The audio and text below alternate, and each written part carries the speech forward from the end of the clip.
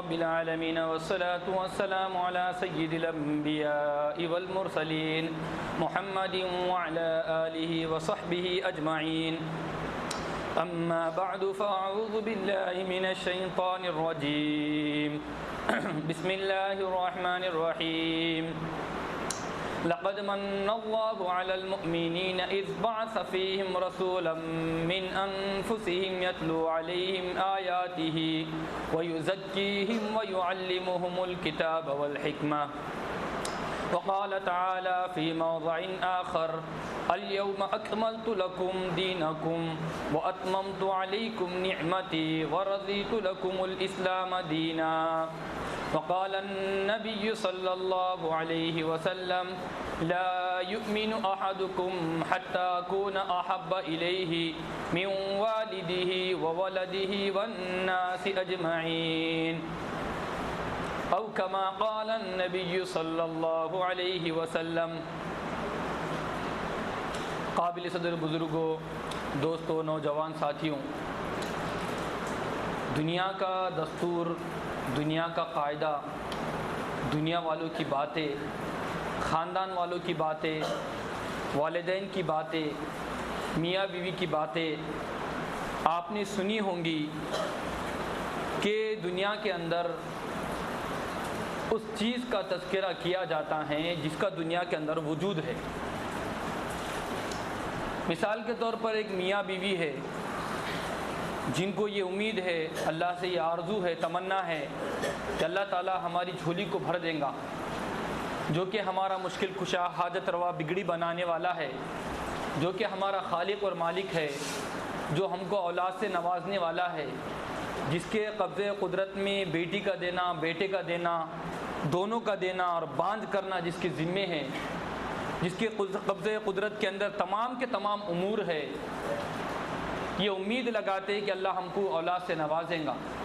پھر اولاد کے وجود میں آنے کے بعد اس کا تذکرہ ہوتا ہے، پھر اس کا نام ہوتا ہے، پھر اس کی تعلیم ہوتی ہے، پھر اس کی تربیت وغیرہ جو بھی ہے، یعنی گویا کہ اس کے آنے کے بعد یہ تمام کام دنیا کے اندر ہوتے ہیں. دنیا کی ہر چیز، دنیا کا ایک فون بناؤ، دنیا کا کوئی پروگرام بناؤ. دنیا میں اگر آپ کو کوئی پروگرام کرنا ہے، آپ کو پہلے پروگرام کی تاریخ طے کرنا پڑے گی، بعد میں اس کے معاملات ہیں.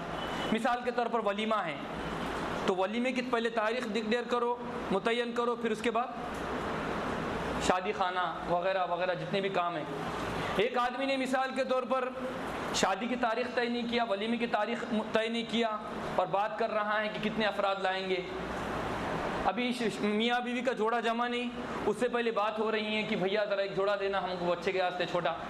تو آدمی پوچھ رہا ہے کہ کتنے سال کا بچہ ہے، ایکچولی ابھی وہ دنیا کے اندر نہیں آیا، اس سے پہلے ایک جوڑا دے دو. ہم وہ آپ کو یہ مشورہ دیں گا بھائی ایسا کرو، پہلے آپ شادی کرو، پھر بعد میں آپ کو جوڑا اپنی طرف سے ہدیہ دے دوں گا. ہے کہ نہیں یہ بات؟ دنیا کے اندر جو چیز آتی ہیں پھر اس کا تذکرہ شروع ہوتا ہے. دنیا کے اندر کوئی مارکیٹ میں چیز آتی ہے پھر اس کا اشتہار چھپتا ہے کہ مثال کے طور پر فلاں چیز آ گئی ہیں. یا ایک آسان مثال آپ کو اور مجھ کو سمجھنے کے لیے، پیازوں بھر کے آئٹو یہاں پر آ گیا، بعد میں بھونگا لگ رہا، ٹماٹے یا مرچی جو بھی ہے. ایسے تھے نا، پہلے جو چیز مارکیٹ میں آئیں گی پھر اس کا اشتہار ہوگا، پھر اس کی بولی لگیں گی، پھر اس کے اوپر بحث مباحثہ ہوگا. مگر دنیا کے اندر ایک ہستی ہے، دنیا کے اندر ایک شخصیت عظمیٰ ہے، دنیا کی تاریخ میں ایک انقلابی شخصیت ہے، ایک معلم اعظم ہے، ایک قائد اعظم ہے، اور وہ ہمارے پاک نبی صلی اللہ تعالیٰ علیہ وسلم ہے، جو ان تمام چیزوں سے پاک ہے، تمام قاعدوں سے پاک ہے، تمام اصول سے پاک ہے.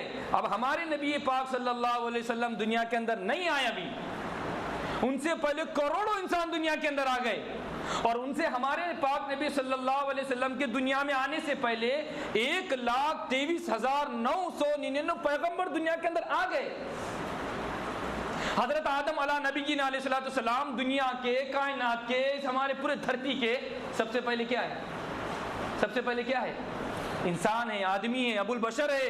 تمام کائنات میں جتنے انسان دنیا میں رہ رہے ہیں ان کے سب کے بابا ہے، سب سے پہلے انسان ہے. اور تمام انبیاء میں سب سے پہلے پیغمبر ہے حضرت آدم علیہ نبی جی علیہ السلام. ابھی دنیا کے اندر انسان نہیں آئے ہیں، تبھی سے میرے اور آپ کے نبی حضرت محمد صلی اللہ علیہ وسلم کا تذکرہ شروع ہو گیا۔ اللہ تعالیٰ نے فرمایا اے آدم آپ کو میں جنت کی تمام نعمتوں کی گنجائش دیتا ہوں، تمام نعمتوں کی اجازت دیتا ہوں، البتہ ایک درخت ہے، وہ کون سا ہے واللہ اعلم، آپ اس کے درخت کے قریب مت جائیے۔ الغرض جو اللہ کو تقدیر میں منظور تھا، جو کچھ اللہ تعالیٰ کے ارادے منشیت میں تھا، جو کچھ اللہ تعالیٰ کے نظام میں تھا وہ ہو گیا۔ حضرت آدم علیہ السلام دنیا کے اندر آ گئے، اللہ تعالیٰ کے سامنے گڑ گڑانے لگے، رونے لگے، اللہ کے سامنے جھکنے لگے، عاجزی انکساری کرنے لگے، اے اللہ میری توبہ، اللہ میری توبہ، میری توبہ۔ گناہ نہیں کرے، یہ اللہ کا ارادہ ہے، یہ اللہ کا دستور ہے۔ لوگ بولتے ہیں حضرت آدم علیہ السلام سے گناہ ہوگا، گناہ نبی گناہ نہیں کرتا، یہ میرا اور آپ کا عقیدہ ہے، یہ ہمارا اور آپ کا عقیدہ ہے، انبیاء سے گناہ نہیں ہوتے، نبی کبھی گناہ نہیں کرتے، نبی معصوم ہیں، اللہ نے اللہ خود نبیوں کی تربیت کرتا ہے۔ نبی کسی مدرسے میں، مکتب میں کہیں جاتا نہیں مسجد میں پڑھنے کے لیے، بلکہ اللہ تعالیٰ خود انبیاء کو تعلیم فرماتے ہیں، اللہ تعالیٰ خود انبیاء کی تربیت فرماتے ہیں۔ تو آدم علیہ السلام نے گڑ گڑا کر دعا کرنے لگے، پھر بعد میں حضرت آدم علیہ السلام نے عرض کی اے اللہ میری دعا کو قبول فرما، کس کی برکت سے؟ بولو زور سے، کس کی برکت سے؟ حضرت محمد صلی اللہ علیہ وسلم کے برکت سے، حضرت محمد صلی اللہ علیہ وسلم کے وسیلے سے میری دعاؤں کو قبول فرما اور میری توبہ کو قبول فرما۔ فَتَلَقَّى آدَمُ مِن رَّبِّهِ كَلِمَاتٍ فَتَابَ عَلَيْهِ، اللہ رب العزت نے حضرت آدم علیہ السلام کی طرف متوجہ ہوئے اور اللہ تعالیٰ نے ان کو چند کلمات سکھائے۔ پھر اللہ تعالیٰ نے حضرت ابراہیم، حضرت آدم علیہ نبینا علیہ السلام کی توبہ کو قبول فرمایا۔ تو اللہ تعالیٰ نے فرمایا اے آدم یہ محمد کون ہے؟ یہ محمد کون ہے؟ فرمایا آدم اے اللہ جب تو نے مجھے پیدا فرمایا تھا اور پیدا فرمانے کے بعد تو نے میرے اندر جب روح ڈالی، تو جب روح ڈالنے کے بعد جو میں نے عرش الہی کے اوپر، جب میں نے عرش اعظم کے اوپر سب سے پہلا کلمہ دیکھا، سب سے پہلے ہستی کو دیکھا، سب سے پہلے جو انسان کو دیکھا، سب سے پہلے جس بابرکت شخصیت عظمیٰ کے میں نے لفظ کو اور کلمے کو اور ان کے نام کو دیکھا، وہ محمد عربی صلی اللہ تعالی علیہ وسلم کے ذات اقدس کو دیکھا، جس کا اتصال، جس کا ملاپ، جس کے کلمے کا آپ نے اپنے کلمے کے ساتھ جوڑ کر رکھا اور آپ نے عرش اعظم کے اوپر لکھا تھا لا الہ الا اللہ۔ کیا ہے بولو آگے، بولو نا بھائی زور سے، لا الہ الا اللہ محمد الرسول اللہ صلی اللہ علیہ وسلم۔ میں سمجھ گیا کہ ان سے بڑی ہستی دنیا کے اندر، حالانکہ ہمارے نبی دنیا میں اندر آئے، سمجھ میں آ گئی اتنی بات کہ ابھی ہمارے نبی پیدا بھی نہیں ہوئے، ابھی ہمارے نبی دنیا کے اندر نہیں آئے، تو آدم علیہ السلام کی زبان سے ہمارے نبی کی تعریف، تذکرے چل رہے ہیں دنیا کے اندر، سمجھ میں آ گئی اتنی بات۔ پھر آگے چلیے، حضرت نوح علیہ السلام نے اپنے قوم سے کہا، نوح علیہ السلام کے پاس ایک عورت آئی، بڑھیاں آئی، اے نوح میرے بچے جلدی جلدی مر جاتے ہیں۔ فرمایا بڑھیاں کتنے سال کے مرتے ہیں؟ ابھی 700 سال کا بھی نہیں ہوتا، اس سے پہلے دنیا سے چلے گیا، ابھی میرا بیٹا 300 سال 400 سال میں چلے جا رہے ہیں۔ حضرت نوح علیہ السلام نے بڑھیاں سے کہا اے اماں ایک قوم آنے والی ہے، ایک امت آنے والی ہے، وہ کس کی امت ہے؟ کس کی امت ہے؟ زور سے بولو بھائی، حضرت محمد صلی اللہ علیہ وسلم کی امت آنے والی، ان کی امت کی عمر کتنی رہیں گی؟ 60 سے 70 سال۔ جب اس بڑھیا کے سامنے حضرت نوح علیہ السلام نے کہا کہ ان کی عمر 60 70 سال کہیں رہیں گی، تو اس بڑھیا نے کہا ہاں اے نوح اگر اتنی عمر مجھے مل جائے تو وہ جھاڑ دکھ رہا ہے نا آپ کو، میں اتنی عمر تو جھاڑ کے درخت کے سائے میں گزار دوں گی، اتنی عمر تو میں اللہ کی عبادت میں، اللہ کی پرستش میں، اللہ کی بندگی میں، اللہ کی یاد کرتے کرتے میں جھاڑ کے سائے میں اپنی 60 سال 70 سال گزار کر دنیا سے چلے جاؤں۔ تو ہمارے نبی ابھی نہیں آئے، پھر بھی ہمارے نبی کے تذکرے ہو رہے ہیں۔ ٹھیک آگے چلیے، حضرت ابراہیم علیہ السلام نے کعبے کو بنائے، وَإِذْ يَرْفَعُ إِبْرَاهِيمُ، حضرت ابراہیم علیہ السلام نے کعبے کو بنائے، کعبے کو بنانے کے بعد دعا کرنے لگے، بڑا کام ہوا، اللہ رب العزت کا گھر بنائے، کہا ربنا وبعث فیہم رسولا، اے اللہ میں دنیا نہیں مانگتا، اے اللہ میں شہرت نہیں مانگتا، میں عزت نہیں مانگتا، میں دنیا کی کوئی چیز نہیں مانگتا، ہاں اللہ ایک سوال کرتا ہوں، وہ لاڈلا جو پیغمبر جو تیرے خزانے میں ایک ہے وہ مجھے دے دے، وہ میری نسل میں دے دے، میری دعاؤں کی برکت سے دے دے۔ کعبے کو بنانے کے بعد دعا کی وَإِذْ يَرْفَعُ إِبْرَاهِيمُ رَبَّنَا وَابْعَثْ فِيهِمْ رَسُولًا مِّنْ أَنفُسِهِمْ يَتْلُو عَلَيْهِمْ، اے اللہ پاک پیغمبر دینا، کیوں؟ کیا کریں گا وہ پیغمبر؟ وہ پاک پیغمبر آئیں گا، لوگوں کا تزکیہ کریں گا، لوگوں کی گندگیوں کو دور کریں گا،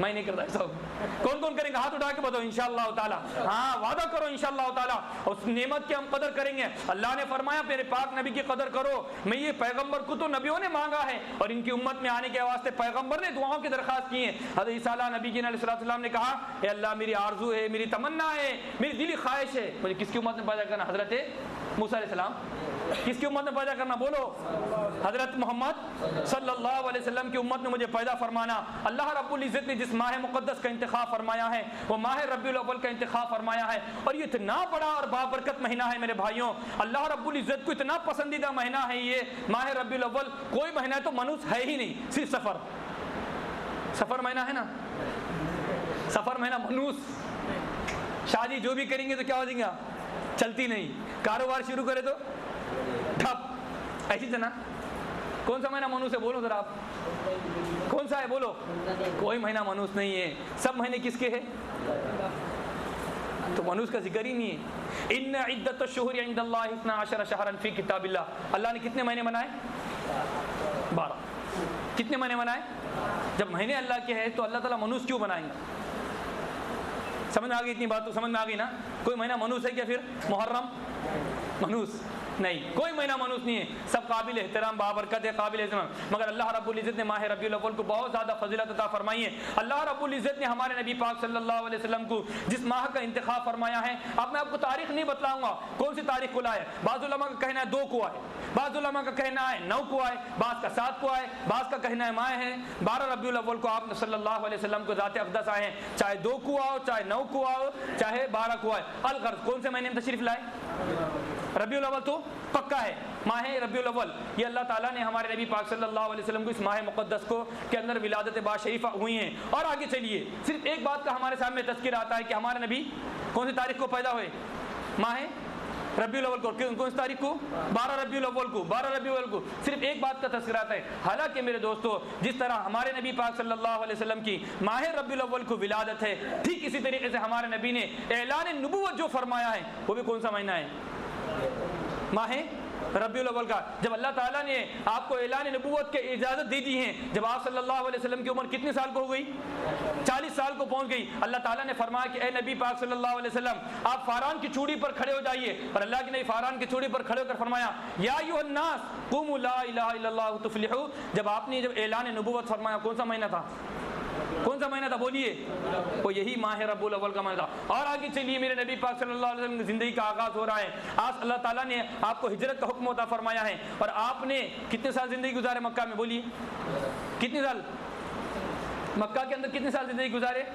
13 سال. یعنی جو نبوت والی زندگی ہے اس کے اندر آپ نے 13 سال زندگی گزارنے کے بعد آپ کو بڑی تکلیفیں آئی, بڑی پریشانی آئی, آپ کو صعوبت جھیلنا پڑی, آپ کو جیل کے اندر جانا پڑا, آپ کو لاک ڈاؤن کیا گیا. یہ تمام کی تمام چیزیں آپ کے ساتھ کی گئی ہیں. پھر اللہ تعالیٰ نے آپ کو حکم دیا کہ پیارے محمد آپ ہجرت فرمائیے. کون سا مہینہ تھا بولیے؟ کون سا مہینہ تھا؟ جس مہینے کے اندر آپ نے ہجرت فرما کر مدینہ منورہ کے اندر داخل ہوئے ہیں وہ کون سا مہینہ تھا؟ وہ یہی کون سا مہینہ چل رہا ہے؟ سفر کا مہینہ چل رہا نا. کون سا مہینہ چل رہا بولیے نا. پھر آپ بعض لوگ بول رہے, بعض لوگ نہیں بول رہے. کیا ارادہ ہے؟ کون سا مہینہ تھا بھائی بولو نا. جب تک آپ بولیں گے نہیں ملک کی حالت بدلیں گے نہیں. تو جس مہینے کے اندر ہمارے نبی پاک صلی اللہ علیہ وسلم کی ولادت ہے کون سا مہینہ ہے؟ ربیع الاول کا. اور جس وقت آپ نے اعلان نبوت فرمایا کون سا مہینہ ہے؟ ربیع الاول. اور جس مہینے میں آپ نے ہجرت فرمائی وہ کون سا مہینہ ہے؟ اور جس مہینے میں آپ کی وفات ہوئی ہے کون سا مہینہ ہے؟ بولی کون سا ہے؟ سمجھ میں آ گیا نا. اتنی بات تو یاد ہوگی نا. جس مہینے میں ولادت ہوئی وہ بھی, اور جس مہینے میں آپ نے اعلان نبوت فرمایا وہ بھی, اور جس مہینے میں آپ نے ہجرت فرمائی وہ بھی, اور جس مہینے میں آپ دنیا سے تشریف لے گئے وہ کون سا ہے؟ یاد ہوگا اتنا سبق. آج کا جمعہ اصول ہو گیا ہمارا انشاءاللہ. آج اب اتنی بات رہی. تو یہ مہینہ وہ مہینہ ہے جس نے تمام سیرت کی زندگی کو نچوڑ لا کر میرے اور آپ کے سامنے رکھ دیا. ولادت کی زندگی بھی, جوانی کی زندگی بھی, دعوت و تبلیغ کی زندگی بھی, تصوف کی زندگی بھی, تعلیم و تعلم کی زندگی بھی, اور دنیا سے جانے کی زندگی. تمام پوری سیرت کو نبی پاک صلی اللہ علیہ وسلم کی اس ماہ مبارک نے ہمارے رب کے سامنے رکھ دیا ہے. جو زندگی بنانا چاہتا ہے وہ میدان میں آئے. جو اپنی بدعات کو ختم کرنا چاہتا ہے، جو اپنی دل کی اصلاح کرنا چاہتا ہے، وہ اپنے میدان میں آئے. جو اپنی آخرت کی فکر کرنا چاہتا ہے وہ میدان میں آئے. جو اپنی قبر کی تیاری کرنا چاہتا ہے وہ میدان میں آئے. اب اس کی عمر کتنی بھی ہو کہ 60 سال کے پہلے توبہ کرنے کا موقع تھا، نہیں. اس لیے اللہ کے نبی پاک صلی اللہ علیہ وسلم فرماتے ہیں اللہ رب العزت نے بندے کو توبہ کا وقت دیا. کہاں تک؟ 60 سال تک. بولیے کہاں تک دیا اللہ نے؟ بلکہ جب تک یہ غر سنیں گے نا، غر جہاں تک غرارہ شروع نہیں ہو جائے گا میرا اور آپ کا، اللہ رب العزت کی طرف سے میرے لیے آپ کے آپشن ہے. کیا کرنا ہے ہم کو؟ کیا کرنا ہے؟ توبہ نہیں کرنا ہے. اللہ تعالیٰ نے فرمایا اے ایمان والو سچی پکی توبہ کرو، سچی پکی توبہ کرو. قرآن مقدس میں فرمایا اس لیے اس ماہ کو غنیمت جانتے ہوئے، اس ماہ کی قدر کرتے ہوئے، اس ماہ مبارک کی سب سے بڑی قدر یہ ہے کہ ہم نبی پاک صلی اللہ علیہ وسلم کی سیرت کو گلے سے لگا. کون کون لگائیں گا انشاءاللہ تعالیٰ؟ بتاؤ لگائیں گے نا؟ اللہ رب العزت سے دعا ہے کہ اللہ تعالیٰ مجھ کو اور آپ کو اس ماہ مقدس کی قدردانی کر کے میری بھی زندگی بنانے کی اور اپنے گھر والوں کی زندگی بنانے کی اللہ تعالیٰ مجھ کو اور آپ کو توفیق عطا فرمائے. اور جو ہمارے نبی پاک صلی اللہ علیہ وسلم نے میرے اور آپ کے واسطے قربانیاں دی ہیں، اللہ تعالیٰ میری جانب سے اور آپ کی جانب سے اور پوری امت کی جانب سے اللہ تعالیٰ ہمارے نبی پاک صلی اللہ علیہ وسلم کو خوب خوب جزائے خیر عطا فرمائے. اور اللہ تعالیٰ لاکھوں درود اور اللہ تعالیٰ ہمارے نبی پاک کو لاکھوں کروڑوں اربوں خربوں آپ کے اوپر رحمتیں نازل فرمائے. اللہ تعالیٰ سے دعا ہے کہ اللہ تعالیٰ مجھ کو آپ کو سنت کے مطابق زندگی گزارنے کی توفیق عطا فرمائے.